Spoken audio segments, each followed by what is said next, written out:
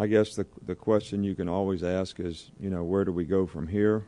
Obviously, I think that there's a lot of things that we can improve on as a team based on whatever our team standard is, what we want the standard to be in terms of how we approach things and what we do. We probably didn't run the ball as efficiently and effectively as we'd like to or need to. We made some explosive plays. Defensively, we did a good job against a really good passing team. But still, we have plenty to improve on defensively.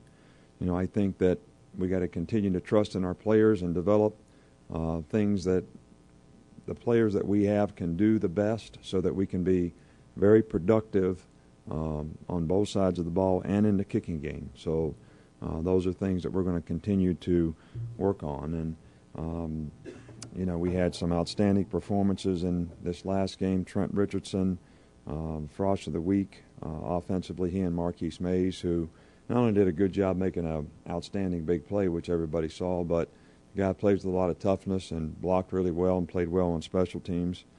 Defensively, Rowe did a good job of orchestrating the defense, making the calls and the checks, but had a lot of production points. And Hobby, who was honorable mention in the SEC for Defensive Player of the Week, also had an outstanding game with some tackles for losses and sacks and those types of things. And Chris Rogers and Tyrone King and Lorenzo Washington, who blocked the punt, really when we're in punt safe, all did a really good job on special teams. And I thought we made some improvement in special teams. I think penalties really hurt us in special teams, probably took 70 or 80 yards of field position out of it, and we want to play penalty free in special teams. Obviously, yesterday we confirmed the injury of Dante Hightower was ligament damage in his knee, which will require surgery, which will, put him out for probably 3 or 4 months, which is a season-ending injury. Dante's a fine player, outstanding, does a lot of things in a lot of ways, but he's a good person and a good leader. And I think for the players that are here now, we can't respond to the loss, even though our thoughts and prayers are with him and in supporting and helping him. But we've got to respond to the new situation and the challenges that we have and the opportunity that it creates for somebody else, to go in and take advantage of reacting to what has happened. And we need to redefine who we are and individually and collectively so that we can get that done. We got the information late last week, I think Friday night actually, that Darrell Harris will be reinstated after 6 games. I think you might have had that information as well. Kentucky is our first, road game, although one of the reasons to play a game like Virginia Tech is to prepare your team to go on the road and play. It's not like playing at home. So this will be a challenge for us. All SEC games are difficult. Playing on the road in the SEC is always difficult. And, Kentucky has a very good program. Rich Brooks has done an outstanding job there, winning 23 games in the last 3 years and going to 3 straight bowl games. And, the quarterback's back and certainly shows a lot of improvement. They've got good runners. Derek Locke is a great athlete, good runner, also a great kickoff return guy. Defensively, they play very, very good on defense. They've got really good inside backer and really great corner, probably 2 guys that are as good as players as anybody in the country. They certainly gave us issues last year in terms of moving the ball and scoring points, even though we had lots of penalties in the game and didn't finish some things. They really played well. They're very well coached on special teams, very sound in what they do. So this is going to be a very challenging game for us in all phases of the game. And this is probably the best team we've played so far in terms of just running the ball. 2 back runs, regular runs, fullback lead plays, power plays, that kind of. We expected it some from Virginia Tech. We didn't get a lot of it, but I'm sure we'll get it in this game, and that'll be a challenge for our players as well. Coach Saban, I have a two-part question. First, now that Jarrell's situation has been defined for you, do you change what he does in practice, and has he shown enough through the first 4 weeks of practice, or at least since August, that he could be a factor in some of the things that you'll do to make up for Dante's absence? Well, but we can't really do that for 2 more games. So, and he certainly showed he was the backup at this position and at money, which is what Dante played. So he's a guy that's certainly going to be one of the guys that will be competing to take his place. But we have to get guys ready to play games every week. And we can't be worried about a game 3 weeks from now because we play the games 1 game at a time. So we can't take reps away from a young player who needs reps to play the position and play well in this game to get him ready for some game. South Carolina, I guess, is the first game he can come back. So, you know, we try to do some things with him in practice individually so he can continue to develop. He did an outstanding job in fall camp. We thought he was a guy that was a potential starter that could play winning football for us. But he has not gotten the reps in practice in the last 4 weeks because of us not knowing when he would return. But it would be a plan for us to wean him back into it gradually so, you know, he's ready to go when time comes without sort of robbing Peter to pay Paul and not having somebody else ready to play in the next 2 weeks. Thanks, Coach. And also, just about the run blocking of the offensive line, were there situations last Saturday where there was just one more guy in the box than they could really block, or how did you feel like the run blocking went? Well, I think that, you know, there were times when we had a hat on a hat and we just didn't finish the blocks. And there were some other times when we made some mental errors as to who we were supposed to block. And there were times when we didn't play with enough power. And they certainly, you know, had enough guys in there to stop the run all the time. And that put a lot of pressure on their secondary, and we took advantage of that on a few occasions. But when people choose us to play that way, that's when we need to be aggressive and trust in the players and not allow people to play us that way. But we're certainly capable of playing better than what we played, finishing blocks better, making less mental errors, and getting a little better execution, regardless of what they did. Coach, Tim Tebow gets a lot of credit for the way he positively affects his team and gets them fired up. Greg, after the game, said that he had sort of got in front of the offense and challenged them a little bit. I'm not asking you to compare the two, but does he have some of those same type Tebow qualities that maybe doesn't get the when the cameras are on him and the publicity for it? Well, I really don't. You know, I can't make a comparison between one of our players and Tim Tebow, who I have a tremendous amount of respect for as a competitor and a leader, because I've never been around the guy enough to know exactly what he does, other than what I see, which is the same thing you see. But I think Greg's well respected by his teammates. He is a good leader. He's very positive and supportive. I think he's well liked, and I think he does do a good job of affecting a lot of players on our team in a positive way, which is what you want leadership to do. You know, leadership is diffuse the negatives and reinforce the positive principles and values of the organization, the program, and your unit. So, and Greg does a good job of that. Coach, can you talk about a little bit about the combination of having one of the better punters in the SEC and the best punt returner field position-wise and how that affects the game?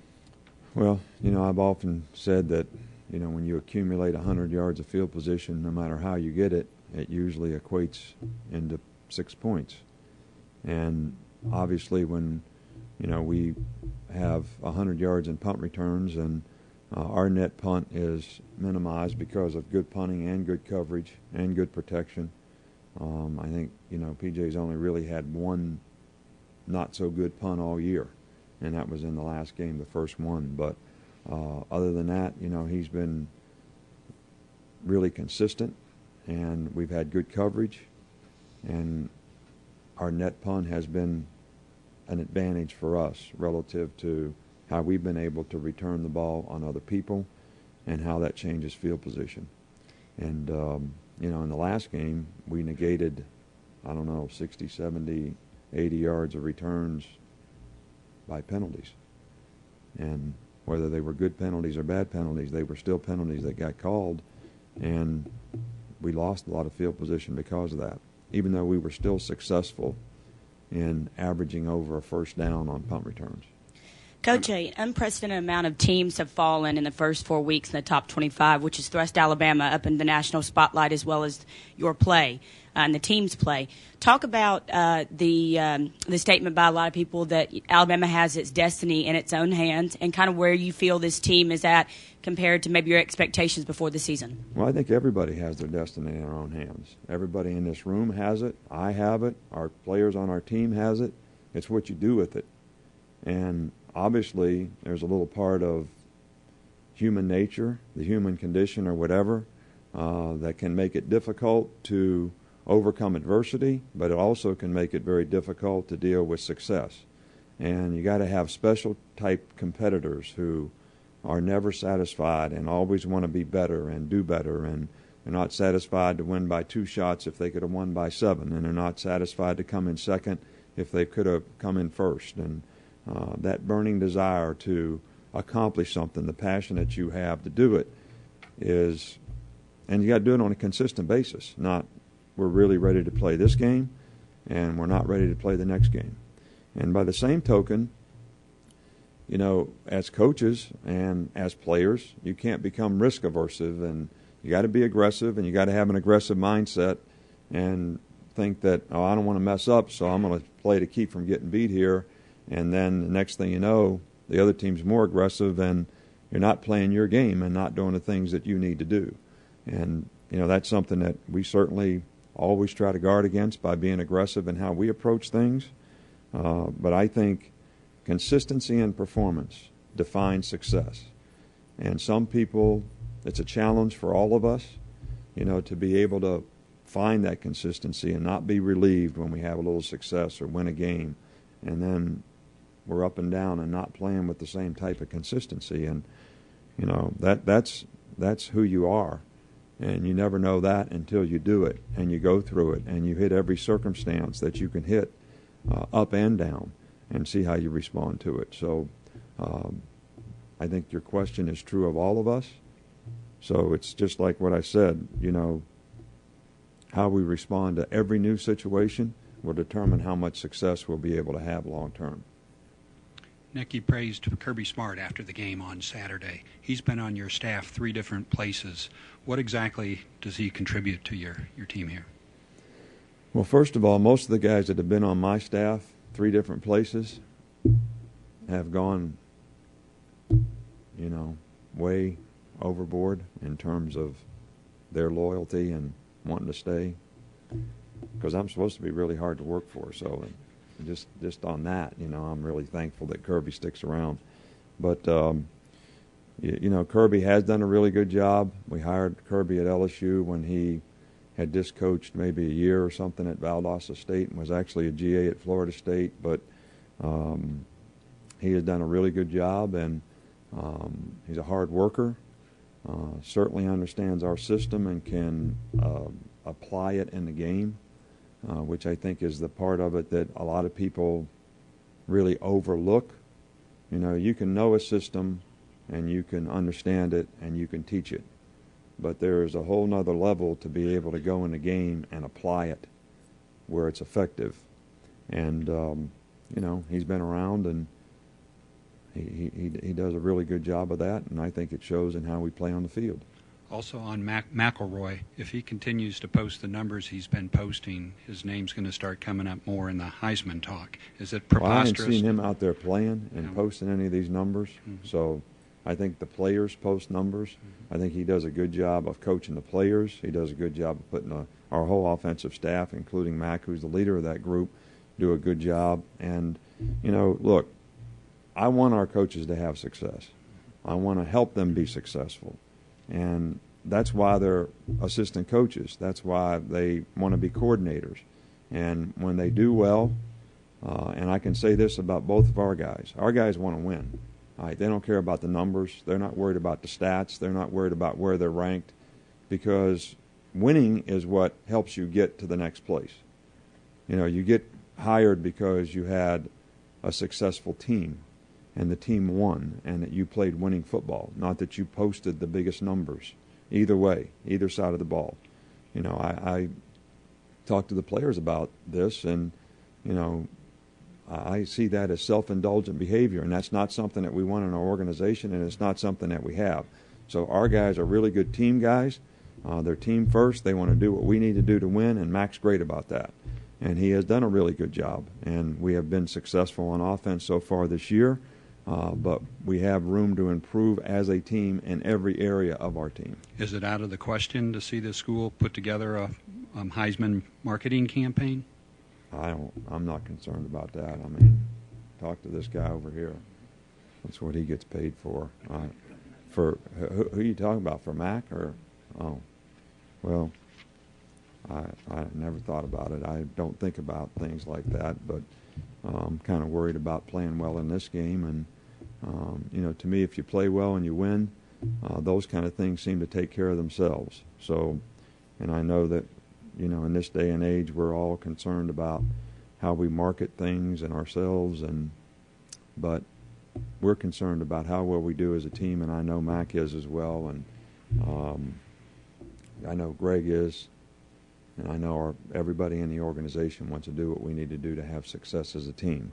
I don't think that, there's anything that you remember more. I can't tell you how many yards I passed for when I was a senior in high school, or a junior, or a sophomore.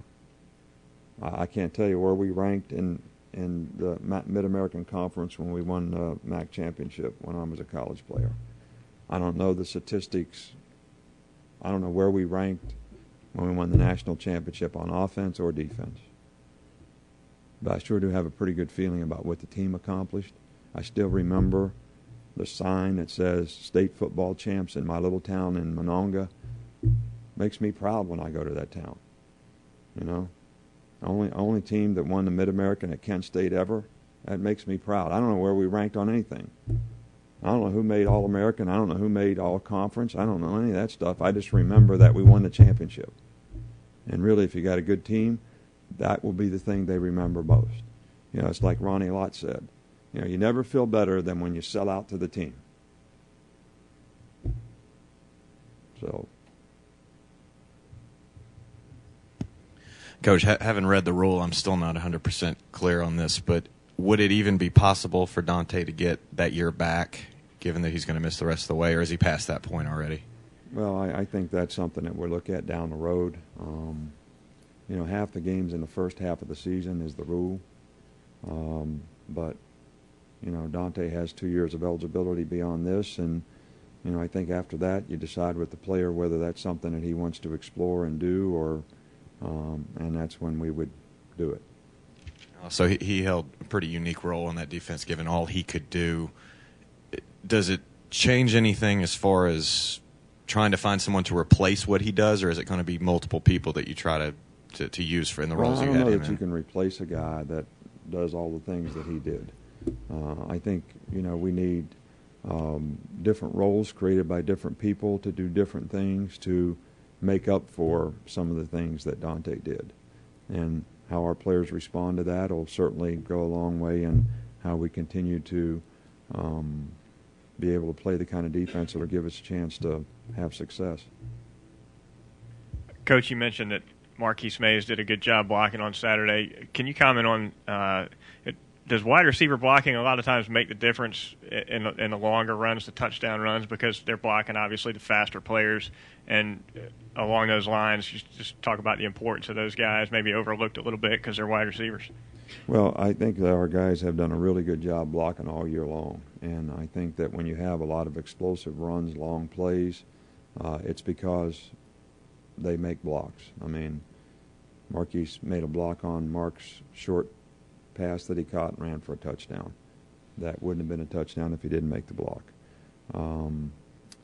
The way people try to run support, when you can run the football, if the receivers don't block, they're always going to have an extra guy in the box. So, Mike McCoy has done a really good job of blocking. Julio's done a good job of blocking. I think everybody's done a good job of blocking. And I think they understand that's part of their role. And the fact that they've played with more toughness and been good blockers has contributed to some of the longer runs that we've had this year, no doubt.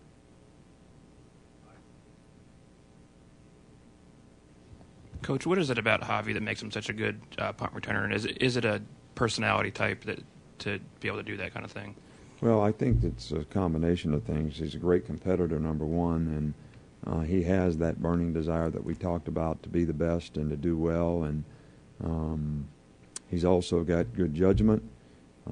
He's good at securing the ball, or he has been, and he's got great quickness and good vision in terms of picking the right spots in space. And, you know, he's a fantastic talent, and he's got the right attitude to want to be the best at it, and really does a fantastic job. But, you know, our guys kind of feed on that too, especially on punt return. They get him blocked up pretty good sometimes too, where he has a good chance. So, and once he gets started, they know if he gets started and we take care of the gunners and he gets started, that if they all stay on their guy, that we have a chance to have a big play, and that's going to have a significant impact on the game.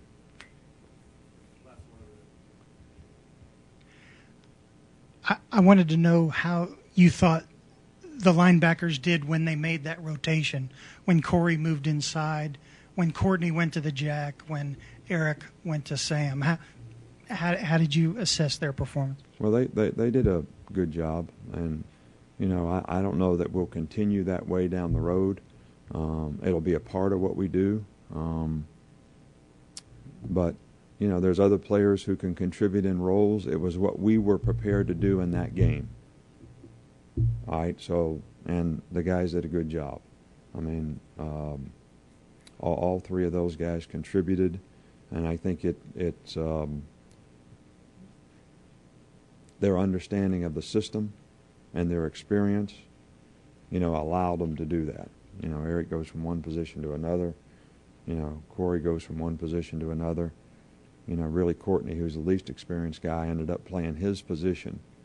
But it gave us the best chance in that particular game for what we needed to do in that game to rush the passer to get the best players on the field. So, and they did it. They all did a good job.